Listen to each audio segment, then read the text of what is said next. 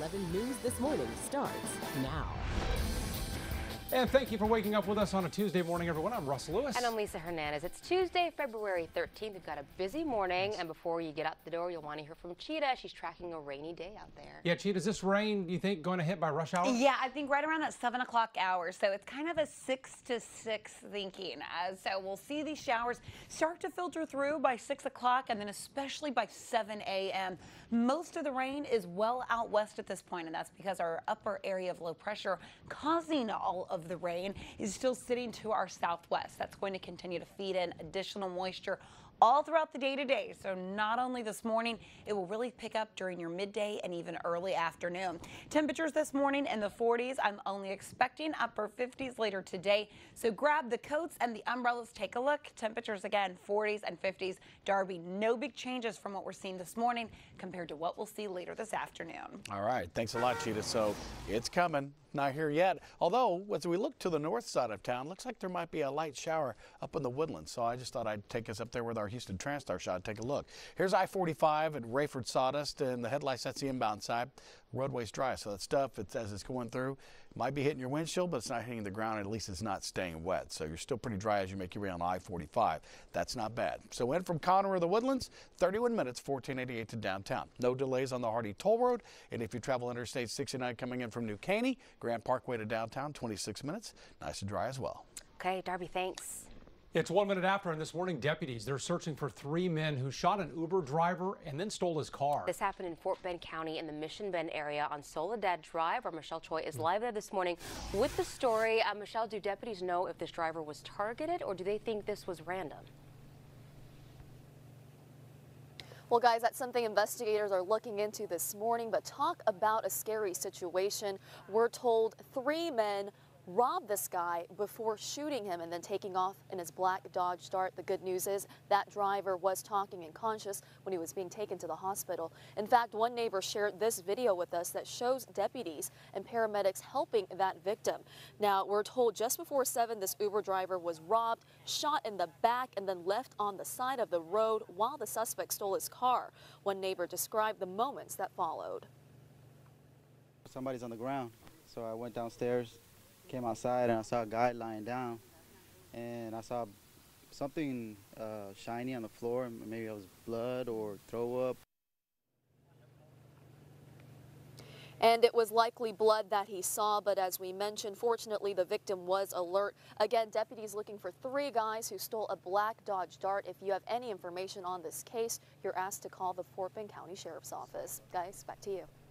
All right, Michelle Choi live for us. Thank you. It is 5:03 and it's time for your morning rush. The driver of a stolen box truck is on the run after running into the woods to get away. Overnight, Harris County deputies tried to pull the driver over, but they refused to stop, driving into a field in North Houston off Wheatley and Montgomery. The letter that sent the wife of Donald Trump Jr. to the hospital was postmarked in Boston. CBS News reports the letter that contained white powder was mailed from Massachusetts. Trump Jr.'s wife, Vanessa, opened that letter. Police have since determined the powder was not dangerous.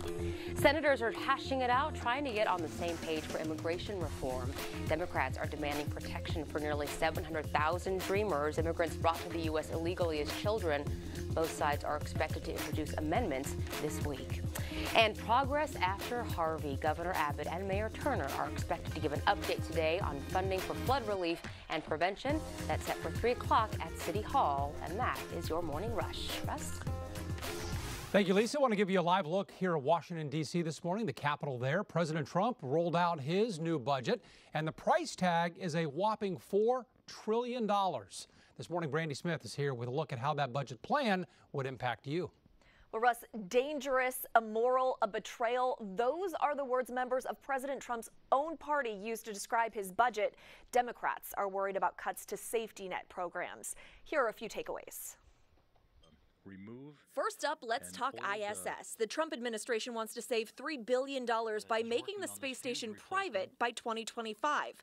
The plan doesn't sit well with lawmakers like Senator Ted Cruz or astronauts like former shuttle commander Mark Kelly. He wrote an op-ed in the New York Times this weekend asking, "Don't give up on the International Space Station." This budget also delivers on one of the president's biggest campaign promises, funding a border wall. It would cost about $18 billion over this year and next. Infrastructure is another big piece. The budget includes $1.5 trillion to rebuild roads and fix bridges all over the country, but only $200 billion of that would come from the feds.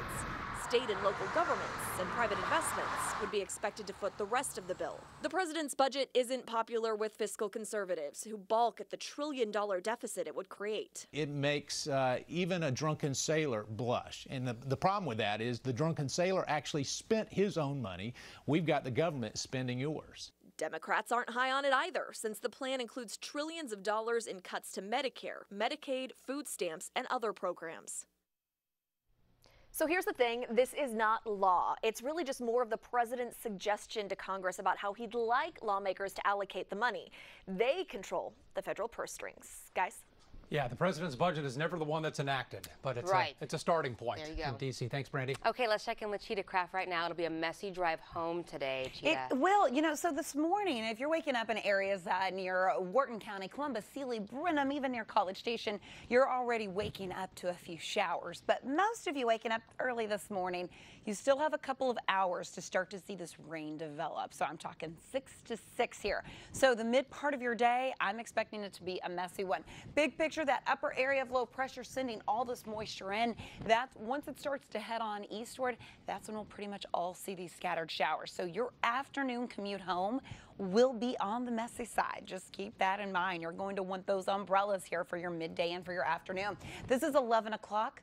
Rain is pretty much widespread, even an isolated thunderstorm possible. A quick little moderate to heavy downpour is possible. Accumulations today anywhere from a half to potentially an inch and a half of rain. So to get that inch and a half in about a 12-hour period, know that there could be times of some quick but heavy downpours. 3 o'clock this afternoon, still tracking a few thunderstorms, scattered showers across the area. Most of the rain not completely moving out until about 10, 11 o'clock this evening. Now overnight into your Wednesday forecast, into your Valentine's Day forecast, we will remain under cloudy skies. So if you're trying to set that perfect stage of the perfect dinner tomorrow night, let me show you. We stay mostly dry. I mean, I could say about a 10% chance of an isolated shower, but that's about it. Heading into your Thursday forecast, we will be pretty much mostly dry. So this afternoon, upper 50s. We'll go from 40s this morning to upper 50s, but rain is expected. So if you are planning to celebrate that Fat Tuesday forecast, you're going to bring it in on the wet side. So you probably want to get in, already count on the place that you want to go to and make it indoors because, again, some of these downpours will be on the heavy side.